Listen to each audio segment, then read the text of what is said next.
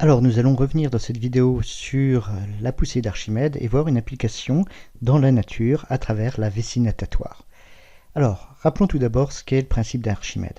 Il nous dit que tout corps plongé dans un fluide en équilibre subit de la part de ce dernier une force dirigée vers le haut et égale en module au poids du volume de fluide déplacé. C'est ce qu'on appelle la poussée d'Archimède. Alors si on veut mettre ça sous forme mathématique, sous forme vectorielle, la poussée d'Archimède c'est une force qui est opposée à la gravité et qui est proportionnelle à la masse de fluide déplacé. Et souvent, il est pratique d'introduire la masse volumique du fluide. Et la poussée d'Archimède, c'est la masse volumique du fluide fois le volume immergé et à l'opposé du vecteur gravité. Alors donc, si on considère un objet de masse volumique ρ, il va être soumis à deux forces, son poids et la poussée d'Archimède. Le poids, c'est ρVg, la poussée d'Archimède moins ρf fois Vg. On a déjà vu ça dans d'autres vidéos. La résultante des forces, c'est la somme des deux forces. Ce sera proportionnel au volume fois la gravité multiplié par la différence des deux masses volumiques. Et à partir de là, en appliquant le théorème fondamental de la dynamique, on peut en déduire l'accélération qui est appliquée au solide. Cette accélération, ce sera la différence des deux masses volumiques divisée par la masse volumique de l'objet fois le vecteur gravité. Donc, on peut en déduire plusieurs cas. Si la masse volumique du solide est supérieure à la masse volumique du fluide, dans ce cas-là, on a un solide plus dense, il va couler. Si la masse volumique est inférieure à la masse volumique du fluide, dans ce cas-là, le solide va remonter. Et ce qui va nous intéresser dans cette vidéo, c'est avant tout le cas où la masse volumique du solide est égale à la masse volumique du fluide. Et dans ce cas-là, le solide va demeurer à l'équilibre. Et ça, on va voir que ça a des applications dans la nature. Alors, ce qui va nous intéresser, c'est un poisson. Et ce qu'on trouve dans les poissons, c'est un organe qui s'appelle la vessie natatoire. Alors, c'est comme un petit ballon. Et ce petit ballon, il va pouvoir changer de volume en fonction de la quantité de gaz qui est contenue dans cette vessie. Alors, ce qui va nous intéresser, c'est un petit peu ce qui se passe en fonction de la profondeur. Donc on va voir, suivant la profondeur à laquelle nage le poisson, ce qui va se passer. Et on va s'intéresser déjà à la pression de l'eau. La pression de l'eau, on sait que plus le poisson va aller en profondeur, plus la pression de l'eau va augmenter. Ça, c'est la loi de l'hydrostatique qui nous le dit, appliquée à un fluide qui ici, l'eau, est incompressible. Donc plus on va aller en profondeur, plus la pression de l'eau augmente.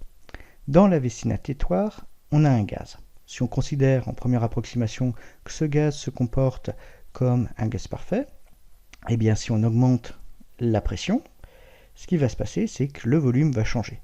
Ici, on considère qu'à l'intérieur, le nombre de moles de gaz ne change pas, que la température non plus ne change pas, donc le produit pression fois volume est constant.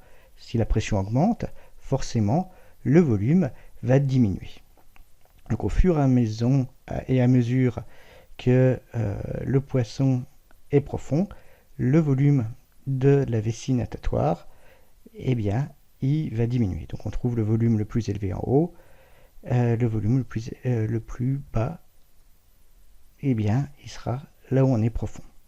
Et donc, du coup, si on change de volume, ça va influencer globalement la masse volumique du poisson.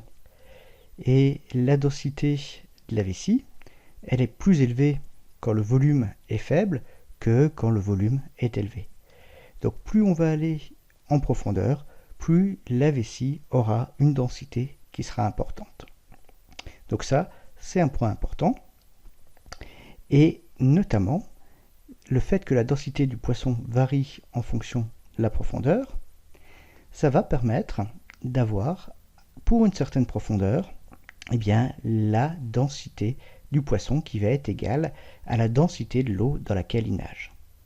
Et à ce moment-là, on sera en situation d'apesanteur. Densité du poisson égale densité de l'eau.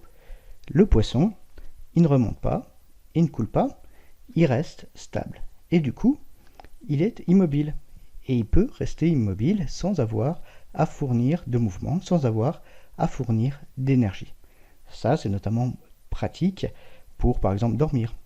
Le poisson, il se met dans cette situation d'apesanteur et sa profondeur, elle ne va pas bouger. Et s'il veut remonter ou bien descendre, eh bien, il aura juste à augmenter la quantité de gaz dans sa vessie natatoire et du coup, ça lui permettra de remonter ou redescendre. Donc voilà comment ça se passe et comment cette vessie natatoire permet au poisson de bien maintenir sa profondeur sans avoir à faire de mouvement.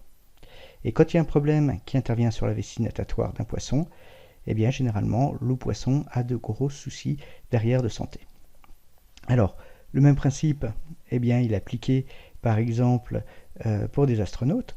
Lorsqu'ils veulent s'entraîner aux situations d'apesanteur, qu'est-ce qu'ils vont faire? Ils vont prendre une combinaison et la combinaison est telle que lorsque l'astronaute est dans une piscine, eh bien, on a la même masse volumique pour la combinaison avec son astronaute que la masse volumique de l'eau. Et donc là, l'astronaute, il est en situation d'apesanteur avec tout ce que ça entraîne.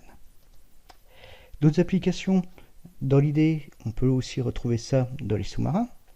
Les sous-marins, pour faire varier leur profondeur de plongée, ils vont faire entrer une quantité d'eau plus ou moins importante dans leur ballast.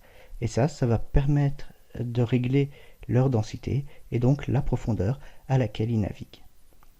Enfin, une dernière application, cette fois-ci plus ludique, que je vais évoquer, c'est le ludion. Le ludion, c'est un petit jouet où ici, on a un personnage qui va pouvoir monter et descendre en fonction de la pression qu'on applique. Je développerai peut-être plus en détail ce petit jouet dans une prochaine vidéo.